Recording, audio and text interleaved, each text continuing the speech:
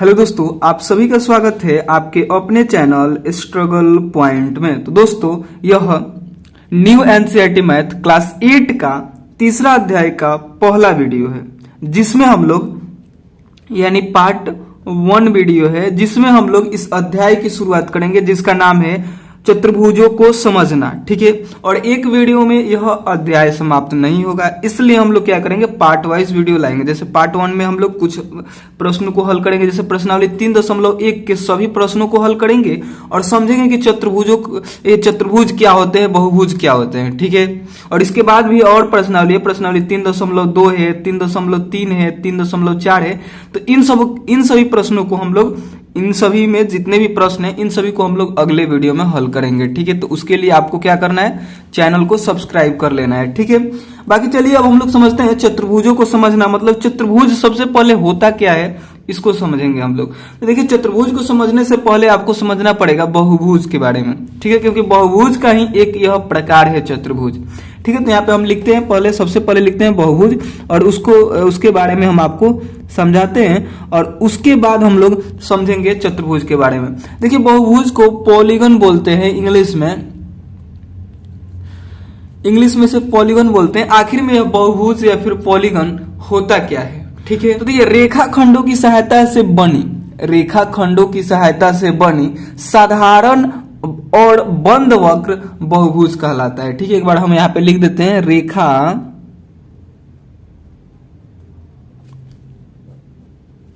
रेखाखंडों की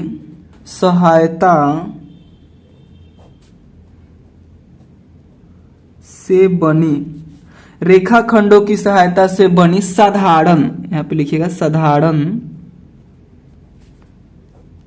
और बंद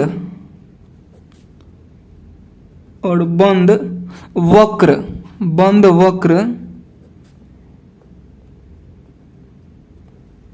बहुभुज कहलाता है। ठीक है, ये क्या होता है, इसका मतलब हम फिर से आपको यहाँ पे एक उदाहरण के द्वारा समझाते हैं। देखिए, कड़ है कि रेखाखंडों की सहायता से, रेखा आप लोग समझते हैं, रेखाखंड समझते हैं। जैसे हम यहाँ पे एक ऐसे लाइन खींच दिए, तो ये क्या है, यह रेखाखंड है, यहां से लेकर यहां तक ये रेखाखंड है। तो ऐसा, और यह सीधा होता है, ये कभी ऐसा नहीं हो सकता, ये इसको हम रेखाखंड नहीं बोलेंगे। ठीक है, कर्व हो गया। तो रेखाखंड मतलब ऐसे लाइनों की सहायता से बनी साधारण का मतलब ये अपने आप को कभी ना काटे। जैसे यहाँ पे हमने एक रेखा लगा दिया, दूसरा रेखा ऐसे लगा दिया, तो अपने आप को काट रहा है, तो इसका मतलब ये साधारण नहीं हुआ। और हमको कैसा चाहिए, साधारण चाहिए। साधारण और बंद भी होना चाहिए। जैसे एक रेखा हमने यहाँ पे रखा, दूसरा रेखा हमने यहाँ पे रखा, और तीसरा रेखा हमने यहाँ पे रखा, तो ये देखिए अपने आप को कहीं नहीं काट रहा है। जैसे यहां से स्टार्ट हुआ तो ऐसे घूमा, यहाँ पे घुमा, फिर यहाँ पे घुमा, और यहाँ पे जाके मिल गया। यह काटना इसको नहीं बोलेंगे, ये आगे इधर बढ़ जाए फिर ये आगे बढ़े, तब इसको बोलेंगे कि यह एक दूसरे को काट रहा है, जबकि यहाँ पे काट नहीं रहा था, यहाँ पे मिला हुआ था। ठीक है, तो यह अपने आप को नहीं काट रहा है, इसका मतलब साधारण है। और देखिए, चारों तरफ से बंद है, तो ये बंद है। ठीक है, कहीं से खुला नहीं, तो इसका मतलब बंद है, तो इसको हम लोग बहुभुज बोलेंगे। इसको क्या बोलेंगे, बहुभुज बोलेंगे। समझ में आया आपको? फिर एक बार, रेखाखंडों की सहायता से बनी साधारण और बंद वक्र, रेखाखंड हम एक लिए यहाँ पे, और इससे तो नहीं बन सकता है। एक रेखाखंड से आप बंद आकृति नहीं बना सकते हैं। एक और रेखाखंड यहाँ पे लिए, एक और यहाँ पे लिए, और एक और यहाँ पे लिए, तो ये जो आकृति बना, ये भी क्या है, बहुभुज है। ठीक है, तो बहुभुज आप समझ गए। यहाँ पे हम कुछ आकृति बना देते हैं। उदाहरण में आप लिख सकते हैं यहाँ पे आकृति को, जैसे एक रेखाखंड आपने यहाँ पे लिया, दूसरा यहाँ पे लिया, और तीसरा यहाँ पे लिया, ये हो गया बहुभुज। ऐसे ही आपने एक रेखाखंड यहाँ लिया, एक यहाँ लिया, और एक यहाँ लिया, और एक यहाँ लिया, ये भी हो गया बहुभुज। ऐसे ही आप यहाँ पे एक लिए, यहाँ पे एक लिए, यहाँ पे एक लिए, यहाँ पे एक लिए, और ऐसे लिए, ये भी हो गया बहुभुज। ऐसे ही और बहुत सारे रेखाओं को लेकर आप एक बहुभुज बना सकते हैं, एक पॉलीगन बना सकते हैं। ठीक है, तो शायद आप लोग पॉलीगन के बारे में समझ गए। अब हम लोग को समझना है चतुर्भुज के बारे में, क्योंकि इसी का यह भाग होता है। ठीक है, चतुर्भुज का ही एक प्रकार बहुभुज का ही एक प्रकार होता है चतुर्भुज। जैसे यह रेखाखंडों से मिलकर बना होता है बहुभुज, ये आपको पता है। लेकिन ये वाला फिगर जो पहला आप देख रहे हैं इसमें कितने रेखा हैं, तो 1 2 3, तो इसे हम लोग बोलेंगे त्रिभुज। सबसे पहले तो बहुभुज है और बहुभुज में यह 3 रेखा खंडों से मिलकर बना है, इसलिए यह त्रिभुज है। उसके बाद देखिए इसको 1 2 3 4, इसमें कितना रेखा खंड दिख रहा है, 4 दिख रहा है, ये तो बहुभुज है, निश्चित है कि यह बहुभुज है। उसके बाद भी यह बहुभुज में भी चतुर्भुज है, इसका नाम हो जाएगा चतुर्भुज, क्योंकि यह 4 भुजाओं से मिलकर बना है और अपने चैप्टर का नाम भी क्या है, चतुर्भुज। यानी अपने चैप्टर में इस अध्याय में हम लोग को इसी सभी फिगर के बारे में पढ़ना है, जिसमें कितने भुजाएं होंगी, 4 भुजाएं होंगी। जैसे ये वाला फिगर हो गया या फिर ये वाला फिगर हो गया, ये पतंग, इसके बारे में पढ़ना है। या फिर आयत हो गया, आयत ऐसे नहीं होता है, आयत का सभी कोण 90 डिग्री का होता है, वो फिगर ऐसे होगा एकदम ये कोण 90 का होगा। ठीक है, इन्हीं सभी के बारे में आपको इस चैप्टर में पढ़ना है। लेकिन जो प्रश्नावली 3.1 है और 3.2 है, इसमें हम लोग को बहुभुज के बारे में ही पढ़ना है, तो अभी हम लोग बहुभुज पे ही फोकस करेंगे। ठीक है, यहाँ पे देखिए इसको भी समझ लीजिए, इसमें कितने भुजाएं हैं, 1 2 3 4 5, तो ये कितना हो जाएगा, यह हो जाएगा पंचभुज। ठीक है, तो शायद आप लोग समझ गए ना। इसको हम लोग चतुर्भुज बोलते हैं, इसको पंचभुज बोलेंगे और इसको त्रिभुज बोलेंगे। इसके बाद चलिए अब हम लोग चतुर्भुज के डिफिनेशन यानी परिभाषा उसको लिख लेते हैं कि आखिर में चतुर्भुज क्या होता है, और उसके बाद फिर हम लोग प्रश्नावली के प्रश्नों को हल करेंगे। ठीक है, तो यहाँ पे दूसरा टॉपिक डालिएगा और लिखिएगा चतुर्भुज, जिसको इंग्लिश में हम लोग क्वाड्रिलेटरल बोलते हैं। ठीक है, ये आखिर में चतुर्भुज यानी क्वाड्रिलेटरल क्या होता है, तो यहाँ पे लिखिएगा जिस बहुभुज के 4 भुजाएं हो चतुर्भुज कहलाता है। यहाँ पे लिखिएगा, क्या लिखिएगा, जिस बहुभुज के 4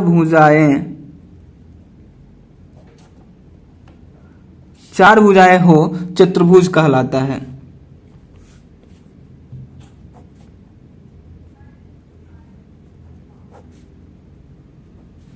तो देखिए यहाँ पे ये जो बहुभुज है, ये बहुभुज का प्रकार था, तो इसमें 4 भुजाएं 1 2 3 4, तो इसको हम लोग क्या बोलेंगे, चतुर्भुज बोलेंगे। ठीक है, तो क्या हो जाएगा, यहाँ पे इसका उदाहरण में लिख सकते हैं,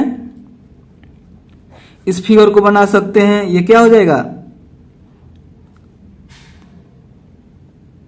ये चतुर्भुज हो गया। ठीक है, ये फिगर अलग होता है, इसका नाम होता है समचतुर्भुज, जो कि आपको आगे पढ़ना है। और इस फिगर का एकदम खड़ी खड़ी लाइन हो तो इसे हम लोग बोलेंगे, जैसे यहाँ पे 90 डिग्री का कोण, यहाँ पे 90 डिग्री का कोण, यहाँ पे 90 डिग्री का कोण, यहाँ पे 90 डिग्री का कोण, तो इसे हम लोग बोलते हैं वर्ग।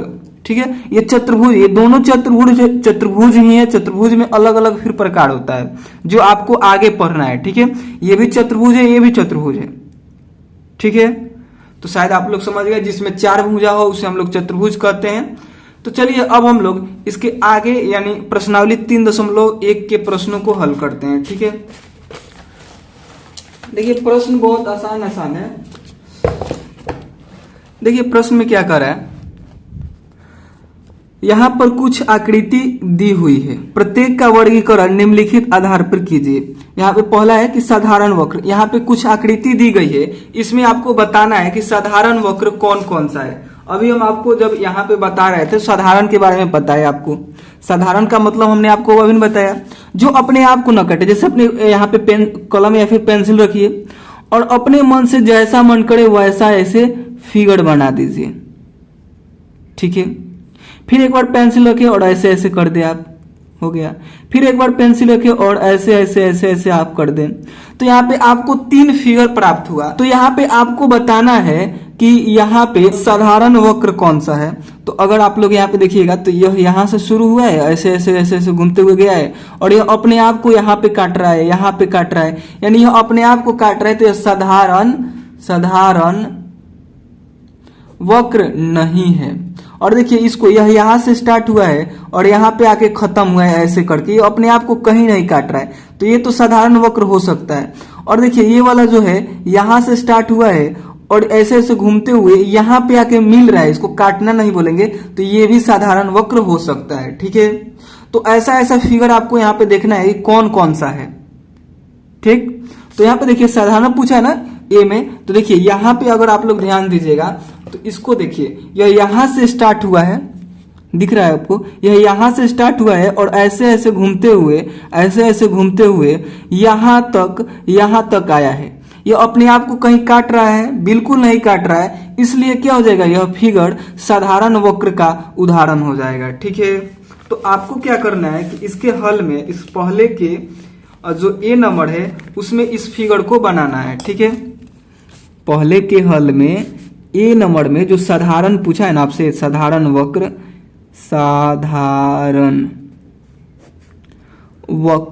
तो उसमें क्या करना है कि इस फिगर को भी आपको यहां पे ऐसे ऐसे करके बनाना है। थोड़ा आप लोग स्केल से और ढंग से अच्छा से बनाइएगा। ठीक है, उसके आगे देखिए, ये वाला देखिए, ये यहां से स्टार्ट हुआ है और ऐसे ऐसे घूमते हुए, ऐसे ऐसे घूमते हुए, ऐसे ऐसे घूमते हुए यहाँ पे आके मिला है। यानी यह अपने आप को कहीं नहीं काट रहा है। यानी ये भी क्या है, ये भी एक साधारण वक्र ही है, ये भी एक साधारण वक्र ही है। ठीक है, उसके बाद देखिए इसको, ये यहां से स्टार्ट हुआ है।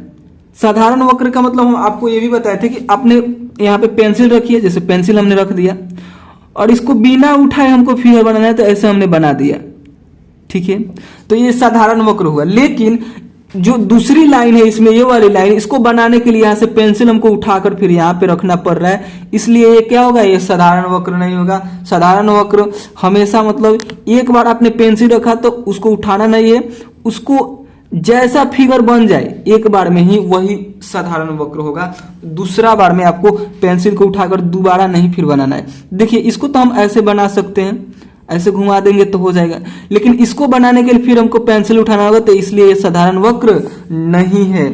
तो यहाँ पे इसको नहीं लिखेंगे। ठीक है, हम यहाँ पे नंबर लिख देते हैं। जैसे इसका हल में होगा, पहला फिगर होगा, ये दूसरा वाला फिगर होगा, तीसरा वाला नहीं होगा, ये चौथा वाला भी नहीं होगा। देखिए क्योंकि ये अपने आप को काट रहा है। देखिए यहाँ पे ये जो रेखा है ये इधर आ रही है तो ये अपने आप को कई जगह काट रही है, इसलिए क्या होगा, यह भी एक साधारण वक्र नहीं होगा, जो कि हम आपको बताएं। जैसे ये नहीं है क्योंकि ये ऐसे ऐसे घूमते हुए अपने आप को कई जगह काट रहा है। ठीक वैसे ही ये भी अपने आप को काट रहा है, इसलिए क्या होगा, साधारण वक्र नहीं होगा। उसके आगे देखिए, यहाँ पे ध्यान दीजिएगा तो देखिए ये ऐसे ऐसे घूमते हुए आ रहा है और यहाँ पे आके मिल रहा है, यानी अपने आप को ये कहीं काट रहा है? बिल्कुल नहीं काट रहा है, इसलिए इसका हल ये भी हो जाएगा। ठीक है, इस फिगर को आगे यहाँ पे आपको बना लेना है, हम केवल यहाँ पे नंबर लिख देते हैं। ठीक है, आप इसको यहाँ पे बना लीजिएगा।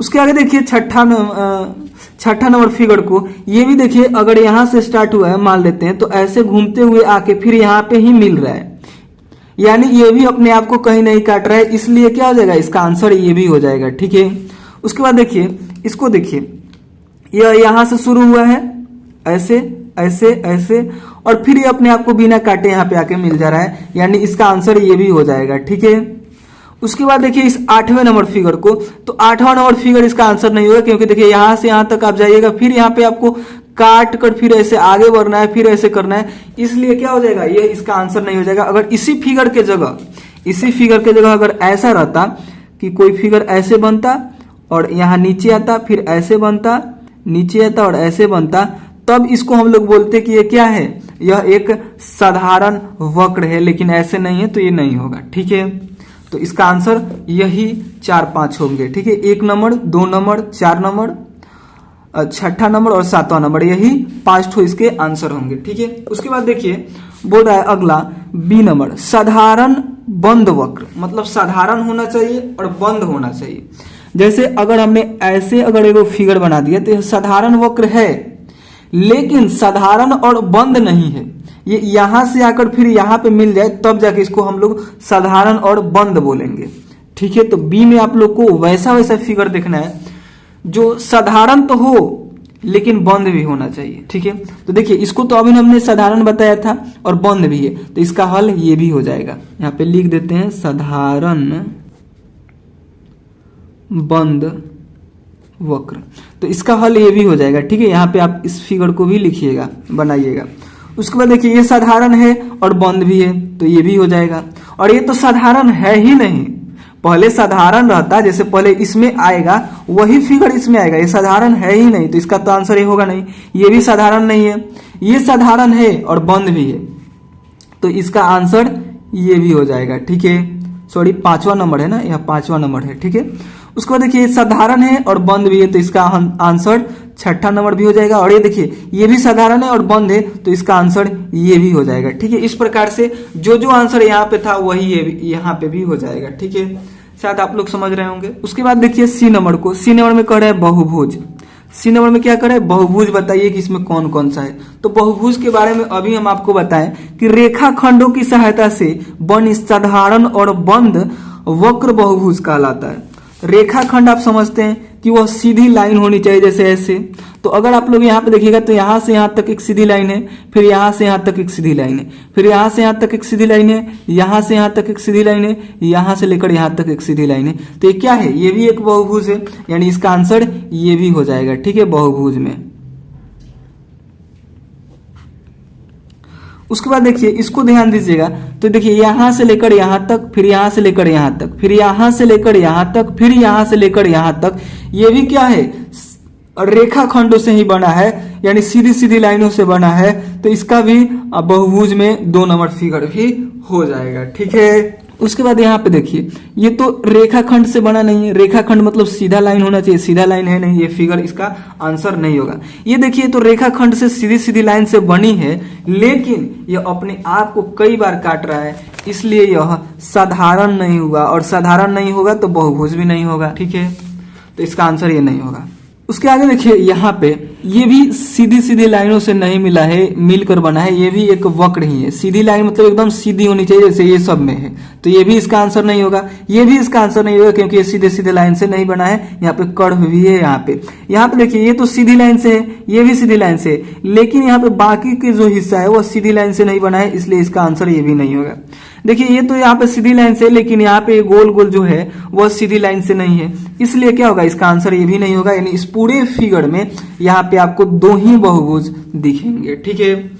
उसके बाद देखिए उत्तल बहुभुज को, यहाँ पे देखिए उत्तल बहुभुज और उसके बाद है अवतल बहुभुज, ठीक है। तो ये क्या होते हैं इसको समझिए। सबसे पहले इसका आंसर तो बहुभुज में ही होगा, जैसे यहाँ पे अभी आपने मात्र 2 ही बहुभुज देखा, यह और यह, इसके अलावा ये सब तो बहुभुज है ही नहीं, तो ये उत्तल अवतल होगा ही नहीं। जो बहुभुज है उसी में से इसको छांटना है कि उत्तल कौन है और अवतल कौन है, ठीक है। बाकी का आंसर इसका हल नहीं होगा, ये जो 3-4 फिगर है इसका हल नहीं होगा, ठीक है। तो यहाँ पे हम लिखते हैं सी डी में क्या है, उत्तल है ना, उत्तल बहुभुज, ई में है अवतल बहुभुज। देखिए इसको पहचानने का एकदम आसान तरीका है, जो उठा हुआ आपको दिखे, जिसके सभी शीर्ष उठा हुआ दिखे, उसे हम लोग उत्तल बहुभुज कहते हैं। जैसे अगर आप लोग इस फिगर पे ध्यान दीजिएगा, इस वाले फिगर पे, तो इसका शीर्ष देखिए ये उठा हुआ है, और उसके बाद फिर इधर डाउन है ये सब, और फिर यहाँ पे भी ये उठा हुआ है, फिर इधर डाउन है, फिर ये उठा हुआ है, फिर इधर डाउन है, और फिर ये भी उठा हुआ है। मतलब एक बाहर की तरफ आपको दिख रहा होगा, और वहीं इधर आप इस फिगर पे देखिएगा तो इसका शीर्ष तो यहाँ पे उठा हुआ है, लेकिन ये वाला शीर्ष देखिए अंदर की तरफ है, ये वाला शीर्ष अंदर की तरफ है। तो ये क्या है, ये अवतल बहुभुज हो जाएगा, ठीक है। अगर ऐसे आप लोग पहचान नहीं कर पा रहे हैं तो इसके लिए थोड़ा सा यहाँ पे आपको ध्यान देना होगा कि हम लोग किसे कहते हैं उत्तल और अवतल। तो यहाँ पे ध्यान दीजिए, देखिए कोई बहुभुज है, जैसे ये बहुभुज ही है, इसी को हम लेते हैं यहाँ पे उदाहरण में, ऐसे करके है, तो इसके 2 शीर्ष, शीर्ष किसे बोलते हैं कि जहां पे दोनों भुजाएं आपस में आकर मिलती है उसे हम लोग शीर्ष बोलते हैं, शायद आपको इसके बारे में पता होगा। तो ये शीर्ष जो है ना, इस शीर्ष से दूसरे शीर्ष को मिलाना, जैसे यहाँ पे एक चतुर्भुज हम बना देते हैं, जैसे इस शीर्ष से दूसरे शीर्ष को मिलाना, क्योंकि इस शीर्ष से ये शीर्ष और ये शीर्ष 2 को मिल गया है, इसके अलावा जो बच रहा है उसको मिलाइए इससे, तो हमने इसको मिला दिया, ठीक है। इसके अलावा और कोई शीर्ष आप मिला सकते हैं, तो इधर तो मिला हुआ है, इधर भी मिला हुआ है।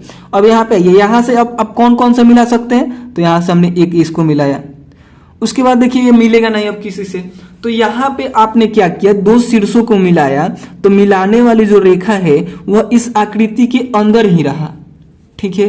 लेकिन यहाँ पे अगर ध्यान दीजिएगा तो इस शीर्ष से आप किस किस को मिलाइएगा, तो इस शीर्ष से आप इसको मिलाइएगा, ठीक है। इस शीर्ष से आपको इसको भी मिलाना है, और देखिए इस शीर्ष से आपको इस शीर्ष को भी मिलाना है, लेकिन जब इसको मिला रहे हैं तो देखिए इसका जो आकृति था वो ऐसे था जो कि यह बाहर जा रहा है। जब दो शीर्षों को आप मिला रहे हैं तो इसकी जो रेखा है मिलाने वाली वह बाहर जा रही है, इसलिए क्या है, अवतल है। ठीक है, अवतल में ही जब शीर्षों को आपस में मिलाते हैं तो वह बाहर जाती है रेखा। तो इस तरह भी आप समझ सकते हैं। बाकी आप ऐसे भी समझ सकते हैं कि जो अंदर की तरफ धंसा हुआ रहे उसे हम लोग अवतल बोलते हैं, और जो उठा हुआ रहे सभी कोण इसका उठा हुआ है तो इसे हम लोग उत्तल बोलते हैं। ठीक है, इस प्रकार से उत्तल में क्या हो जाएगा, उत्तल में फिगर 2 आएगा और अवतल में फिगर 1 आएगा। ठीक है, बाकी आपके बुक में इस फिगर को भी क्या किया है, अवतल बहुभुज में दिया है, जबकि यह बहुभुज है ही नहीं। ये तो बहुभुज होगा ही नहीं, क्योंकि ये अपने आप को कई बार काट रहा है, इसलिए आपके बुक में भी उत्तर जो दिया है वह गलत दिया है। इसका आंसर ये नहीं होगा। ठीक है, चौथा नंबर फिगर इसमें आपको नहीं लिखना है अवतल। ये पहले बहुभुज तो होगा तब ना इसको हम अवतल या फिर उत्तल में डिवाइड करेंगे। यह बहुभुज है ही नहीं। ठीक है, तो यहाँ पे मात्र 2 ही तो बहुभुज है, और एक बहुभुज हो जाएगा उत्तल, और ये वाला बहुभुज हो जाएगा अवतल, और ये वाला हो जाएगा उत्तल। ठीक है, शायद आप लोग समझ गए होंगे। चलिए अब हम लोग इसके दूसरे प्रश्न को हल करते हैं। देखिए दूसरा प्रश्न क्या कर रहा है, समबहुभुज क्या है। सबसे पहले इसको बताइए समबहुभुज क्या है। तो इसके हल में लिखिएगा, दूसरे के हल में आपको क्या लिखना है, दूसरे के हल में लिखना है कि जिस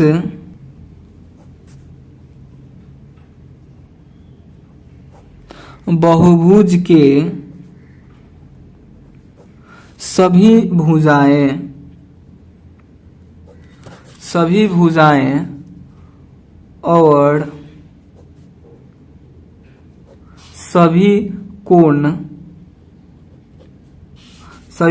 और सभी कोण समान हो, समबहुभुज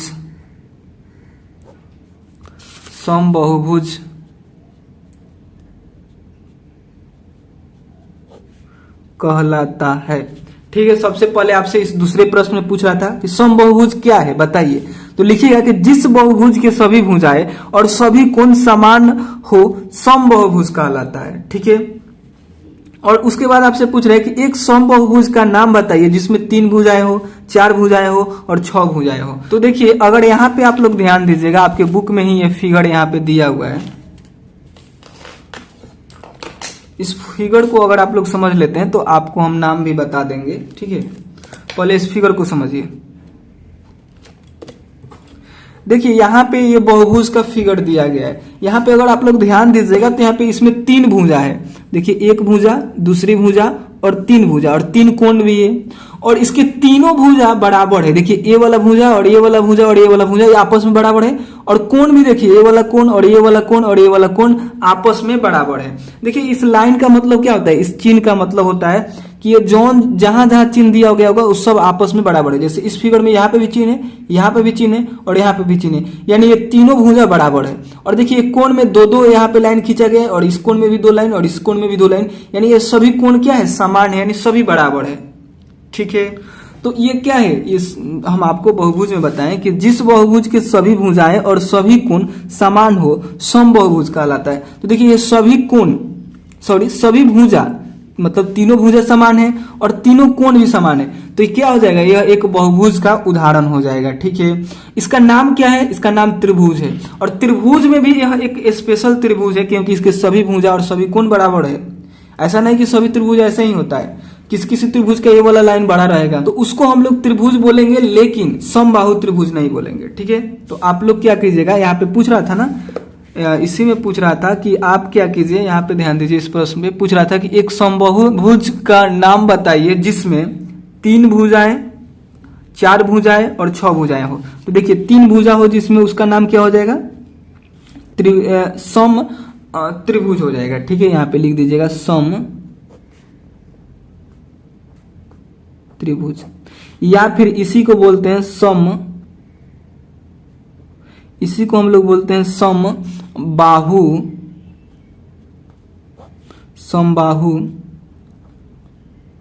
त्रिभुज। अगर इसका फिगर आप लोग बनाना चाहें तो इस फिगर को आप लोग कॉपी कर सकते हैं, और इसको लिखने वक्त इस फिगर को बनाने वक्त आपको ध्यान देना है कि ये वाला भुजा और ये वाला भुजा और ये वाला भुजा एकदम बराबर साइज का होना चाहिए, और ये कोण और ये कोण और ये कोण, ये तीनों कोण बराबर साइज का होना चाहिए, तब जाकर वह सम त्रिभुज या फिर समबाहु त्रिभुज कहलाएगा। देखिए इसका दोनों नाम है, लेकिन ज्यादा यूज होता है समबाहु त्रिभुज। समबाहु त्रिभुज का मतलब ही होता है कि जिसका सभी भुजाएं और सभी कोण बराबर हो, वह सम त्रिभुज कहलाता है। ठीक है, उसके बाद देखिए आपसे और पूछ रहा था कि एक 4 भुजाएं वाला भी बताइए, ऐसा बहुभुज बताइए जिसमें 4 भुजा हो और वो समबाहुभुज भी हो। ठीक है, तो उसका नाम यहाँ पे लिखिएगा आप। देखिए ये 4 भुजा है इसमें, तो इसलिए क्या होगा, ये बहुभुज होगा। ये भुजाओं से मिलकर बना है, भुजाओं सीधी सीधी लाइनों से मिलकर बना है, इसलिए यह बहुभुज है। और सभी इसके बराबर बराबर भुजा है, इसलिए यह क्या है, यह समबाहुभुज है। और इसके 4 भुजा है, इसलिए यह चतुर्भुज है।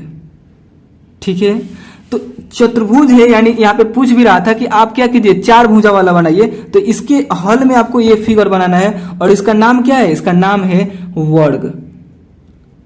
इसका नाम होता है वर्ग, जो आपको आगे पढ़ना है इसी चैप्टर में। ठीक है, तो इसके हल में आपको नाम लिखना है वर्ग। इसको आप लोग सम चतुर्भुज नहीं बोल सकते, सम चतुर्भुज अलग होता है। ठीक है, इसका नाम आपको लिखना है वर्ग। अगर फिगर बनाना चाहे तो ये वाला फिगर आप लोग यहाँ पे बना सकते हैं। उसके आगे देखिए फिर आपसे पूछ रहा था कि 6 भुजा हो वैसा एक बताइए, तो उसके हल में आपको इसको लिखना है। देखिए यहाँ पे 6 भुजा आपको दिखेगा, 1 2 3 4 5 6, और 6 आपस में बराबर है, कोण भी 6 इसके आपस में बराबर है, इसलिए इसका हल क्या हो जाएगा, ये वाला हो जाएगा। ठीक है, तो इसका नाम क्या है, इस फिगर का नाम क्या है, ये तो बहुभुज है ही, समबाहुभुज भी है, लेकिन इसका एक स्पेशल नाम होता है, इसका नाम है 6 भुजा वाला का नाम होता है, क्या होता है, सम षटभुज। ठीक है, यहाँ पे लिखिएगा सम षटभुज। ठीक है, तो आप शायद समझ गए। और बाकी ये वीडियो कैसा लगा, अगर कोई भी डाउट रहा हो और नहीं समझ में आया हो तो प्लीज आप लोग कमेंट करके पूछिएगा। ठीक है, और बाकी ये वीडियो कैसा लगा, अगर अच्छा लगा हो तो लाइक कीजिएगा। और इसमें टोटल 2 ही प्रश्न थे, तो हमने दोनों को हल करा दिया। आगे के वीडियो में हम इसके आगे के प्रश्नों को हल कराएंगे। ठीक है, तो चलिए मिलते हैं उसी अगले वीडियो में, तब तक के लिए बाय दोस्तों।